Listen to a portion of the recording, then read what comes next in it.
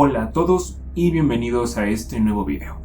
En esta ocasión voy a hablar sobre el quinto volumen de la serie de Wild Hearts y el segundo volumen del Cuarteto del Titiritero, Juego Sucio. Tengo que hacer un paréntesis enorme, como ya me es de costumbre hacerlo con estos videos, y es que a pesar de que aquí tengamos en grande George R.R. Martin no es el escritor de esta saga, más bien él es el editor. Tiene algunas que otras historias dentro de estos libros, pero él principalmente se dedica a editar esta saga. ¿De qué trata Juego Sucio? Esta es una mezcla ya de muchísimas historias y de muchas cosas que están pasando en Jokertown y en Nueva York. Por una parte, tenemos una guerra de pandillas que ha estallado. Una guerra entre la mafia que pone en jaque a cualquier Joker, a cualquier Norm y a cualquier As que se interponga en esta batalla. Por otra parte, el Durmiente y la gran y poderosa Tortuga, o mejor conocida como Tom Topbury, están teniendo crisis personales que ponen en riesgo también a todas las personas que los rodean, unos más que otros. El Dr. Tachyon ahora tiene que hacer un balance entre su vida personal, la clínica Blight, y ser un superhéroe, y ahora con un lazo de sangre ahí de por medio. Hay dos candidatos fuertísimos para la presidencia de Estados Unidos. Leo Barnett, un reverendo que odia a todos los Jokers y se está ganando el aprecio del público. Y el senador Greg Hartman, que ahora ha regresado de su viaje por el mundo con un as un poco loco. Y no solo eso, también hay una amenaza más grande. Una amenaza que pone en riesgo tanto Aces, a Jokers y a Norms, a todos por igual. Hay un rebrote del virus Wildcard. Así que ahora, sin saber quién es el bueno y quién es el malo, nuestros Aces, nuestros Jokers y nuestros Norms favoritos van a tener que enfrentar esta batalla a ciegas con tal de defender lo correcto, sin importar que se pierdan en el transcurso de esta historia. Tengo que hacer un paréntesis enorme antes de ir a las cosas buenas y a las cosas malas. En el primer libro del Cuarteto del Titiritero, o en el cuarto libro de la saga de Wild Hearts, que es El viaje de los Aces, hay una gira por todo el mundo donde el senador Greg Hartman y otros Aces y otros Jokers conocen cómo es el mundo y cómo es que los infectados por el virus Wildcard viven alrededor del mundo. Esta historia se desarrolla entre 1986 y 1987, todo el libro. En Juego Sucio hay una parte que es la primera, que son unas 50 páginas que se desarrollan entre 1986 y 1987. Hay una parte de este libro que ocurre a la par que todo este libro. Ya posteriormente, por la mitad, aparecen los personajes de El viaje de los Aces en Juego Sucio. Así que, pues, hay como que ciertas lagunas temporales que se nos explican aquí, pero que tienen una repercusión más grande en este otro libro. De hecho, Martin extrañamente volvería a usar esto en su saga de Canción de Hielo y Fuego con Danza de Dragones y Festín de Cuervos, pero pues, cosas más, cosas menos. Ahora sí, podemos ir a lo bueno de Juego Sucio. Lo primero que yo quiero destacar de este libro son los interludios, escritos por George R.R. Martin y Roger Zelazny, que vuelve a escribir al Durmiente. Algo interesante de estos dos interludios es que conocemos un poco más de estos personajes.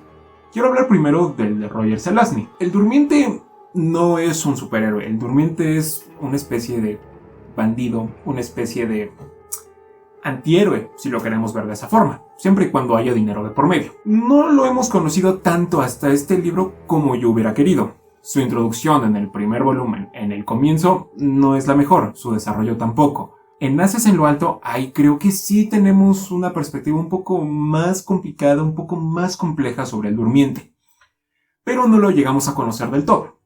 Aquí sí lo conocemos mejor. Aquí Zelazny ya da en el clavo con este personaje, porque ya conocemos mucho mejor cómo piensa, la forma en que ve el mundo y sobre todo cómo funcionan sus poderes. Todas las transformaciones que sufre el Durmiente aquí están de lujo. Sobre todo la última, yo creo que es la mejor transformación que el Durmiente ha tenido hasta ahora. Y no solo eso, también vemos las crisis que esto le provoca.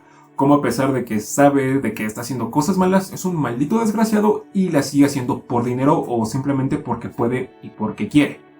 Por otra parte, Todos los caballos del rey, que es el interludio de George R.R. Martin, aquí conocemos a la gran y poderosa tortuga, a Tom Todbury. Solamente que ya no la vemos en un lado heroico. Ahora vemos a Tom tratando de desvivir a la tortuga, tratando de enterrar su identidad. Al ver todo lo que le ha costado, Tom decide que la tortuga ya no puede seguir existiendo. Por lo que vamos a ver las crisis que esto le provoca, los recuerdos que le trae y lo que hace con tal de ganar dinero. Porque vivir una vida ya es complicado, ahora imagínense vivir 2 vidas. Mucho más complicado, sobre todo cuando pones en riesgo tu vida. Los traumas a los que Tom se enfrenta, la forma en que maneja sus poderes y a una edad bastante avanzada, no está para nada mal. ¿Tenemos una perspectiva más oscura y más deprimente del heroísmo? Sin duda alguna, sí.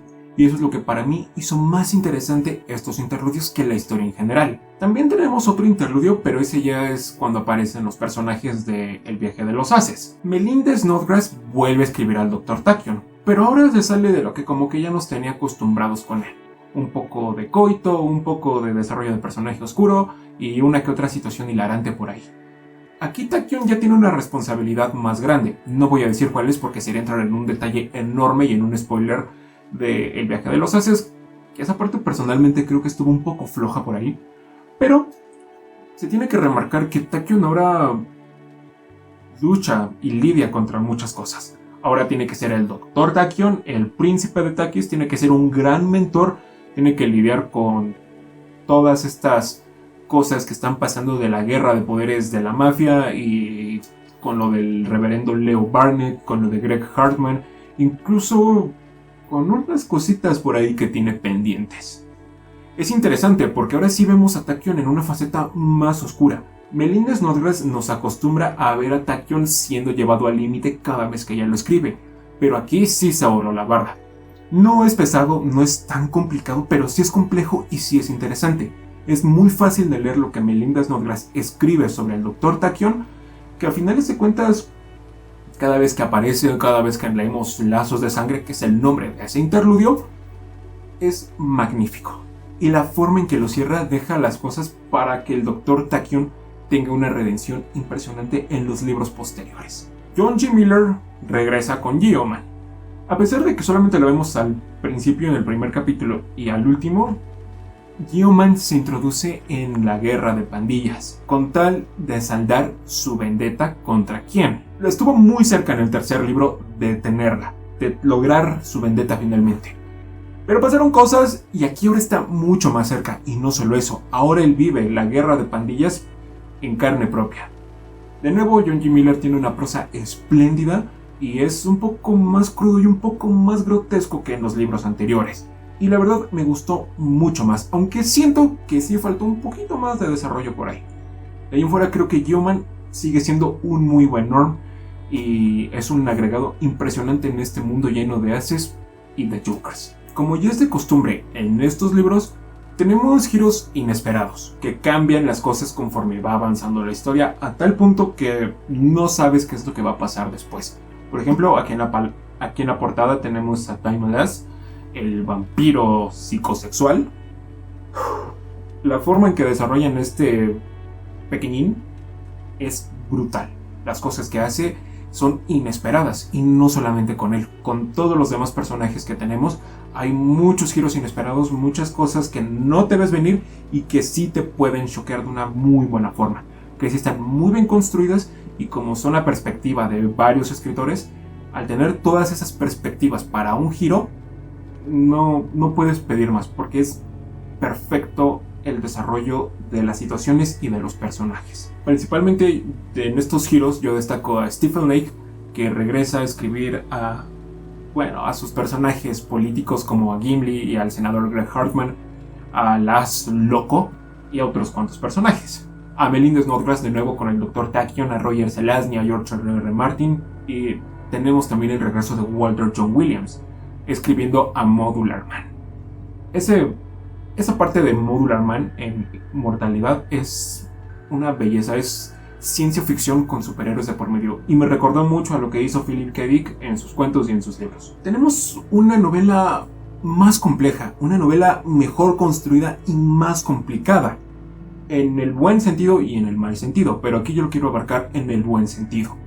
Tenemos la crisis de los superhéroes, no solo de la Tortuga y del Durmiente, también tenemos la de Modular Man, la del Dr. Tachyon, la de Geoman, la de Gimli y bueno, la del Water Lily. Tenemos muchas cosas. Tenemos la guerra de los poderes de la mafia, tenemos al senador Greg Hartman, tenemos muchas cosas que se están preparando para salir en el siguiente libro. Pero ahora lo interesante de esto es que ya no es como en La amenaza del astrónomo, donde el astrónomo era el malo y todos los demás eran los buenos. Aquí ya no se sabe distinguir quién es el bueno y quién es el malo, lo que hace más complicado ver cómo se va desarrollando esto. A veces dan el clavo y a veces no, pero eso ya depende de cada escritor, ahorita vamos a ir con eso. Y yo creo que las amenazas internas y las crisis que viven nuestros personajes son un poco más grandes que esas cosas que vimos con el astrónomo, porque aquí ya los traumas y la búsqueda de redención es más grande y más complicada. Deja todo en orden, sin tanto caos, para el sexto y el séptimo libro, que se antoja inmediatamente cierras este libro. De nuevo, hay una crítica sociopolítica un poco mal fundamentada, por ejemplo, lo del reverendo Leo Barnett que odia a los Jokers. Está bien, pero no se abarca del todo. En cambio, yo creo que la crítica sociopolítica es entre los Jokers, los Aces y los Norms, entre la forma en que chocan y bueno, y otras situaciones ahí culturales que se vivieron en esas épocas, como el SIDA, como la música rock y bueno, muchas otras cosas. Solamente que a pesar de que este libro me fascina y me encanta por los interludios y por algunos que otros relatos, no den el clavo muchas veces por culpa de los escritores. Tenemos muchas cosas pasando, muchos personajes y tenemos que estar al tiro con lo que está pasando. El detalle con esto es que la mayoría de los capítulos son aburridos, sin sentido y que no llevan a nada. Los nuevos personajes son introducidos de una manera fatal. El reverendo Leo Barnett se supone que debería ser una cosa pues terrorífica para los Jokers. Debería ser un desgraciado malnacido. ¿Pero qué creen? En el capítulo donde lo introducen no se logra nada de eso. El capítulo donde lo introducen es aburrido y es súper tedioso. Yo realmente no aguantaba el capítulo, que ya me estaban cerrando los ojos. Y lo peor de todo es que cuando lo acabas dices, ¿esto de qué sirvió? ¿Realmente esto qué aportó la historia? Porque posteriormente, cuando mencionan al reverendo Leo Barnett, dicen que es un desgraciado que odia a los Jokers. Sí, sí lo es, pero en su capítulo no lo vemos. Vemos quién es el reverendo Leo Barnett bajo la perspectiva de otros personajes que no es él. Entonces, pues no está bien construido ese personaje y mucho menos bien desarrollado. Lo interesante con ese personaje pasa al final de su capítulo. Y ni aún así es suficiente como para que digas, mira, ya valió la pena esto, pero pues...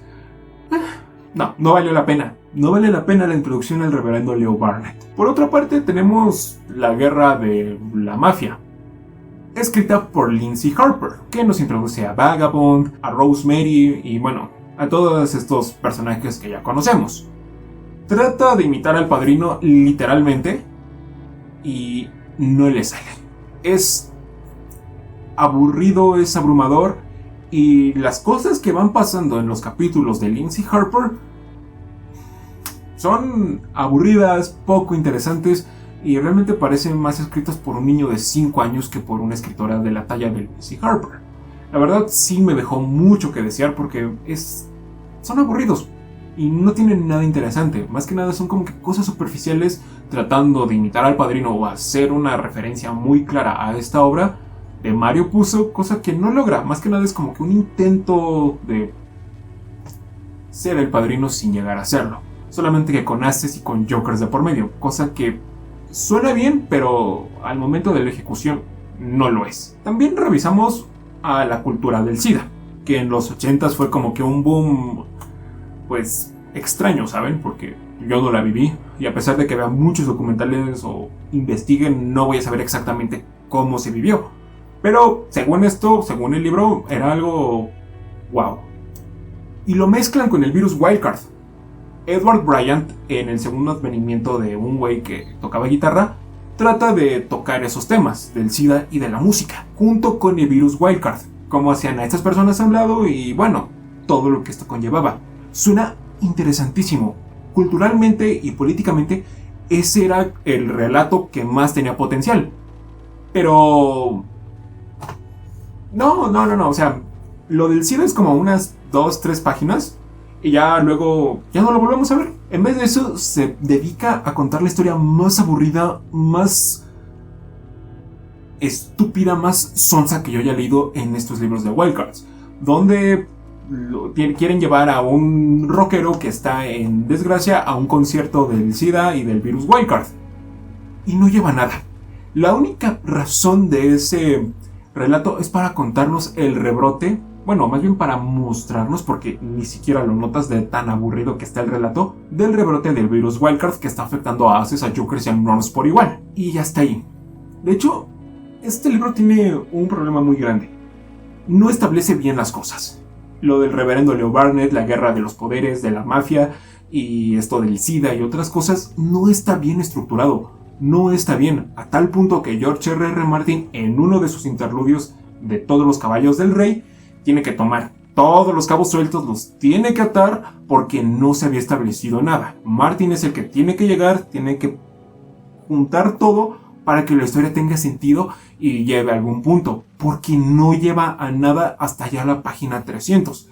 Solamente los interludios son interesantes. La historia principal no lleva nada. Y la vemos por partes. Primero vemos lo de la guerra de los poderes de la mafia, después lo del SIDA, después lo de la candidatura del reverendo Leo Barnett, y así sucesivamente. No hay un punto donde tengamos una mezcla de todas las cosas, sino que pues es partes por partes.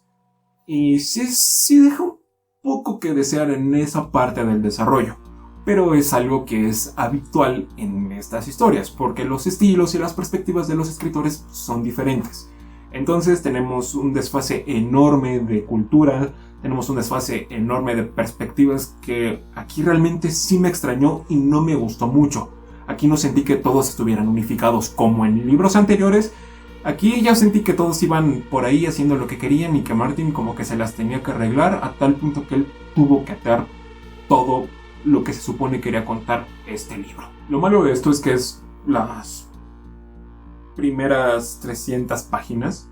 De ahí en fuera, yo creo que después de la página 300 y pico, las historias principales, no los interludios, son los que se roban el libro. Pero es como un 50-50. No me fascinó del todo, pero tampoco me disgustó.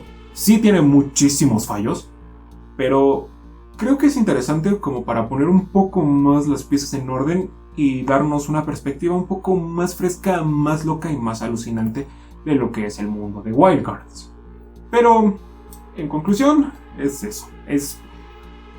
No lo siento un libro de transición, no, porque sí aporta muchísimas cosas, pero las cosas negativas hacen que se sienta como un libro de transición que realmente muchas veces no sabes a qué va o qué te quiere contar.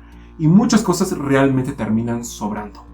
Pero eso es lo que a mí me pareció. Si ya lo leyeron, díganme qué les pareció. Si le dan like, lo comparten o se suscriben, se los voy a agradecer muchísimo. Y nos vemos en la próxima. Por cierto, feliz año nuevo. Y gracias por haberme acompañado este año. A las muchas pocas personas que se suscribieron, que le dieron like, que vieron los videos, que los compartieron y sobre todo que los disfrutaron. Se los agradezco muchísimo y en el 2024, este año, les voy a traer muchos libros más series, más películas. Espero que me dé tiempo, también una nueva cámara, porque ya la estoy costeando finalmente. Entonces, nos vemos en la próxima.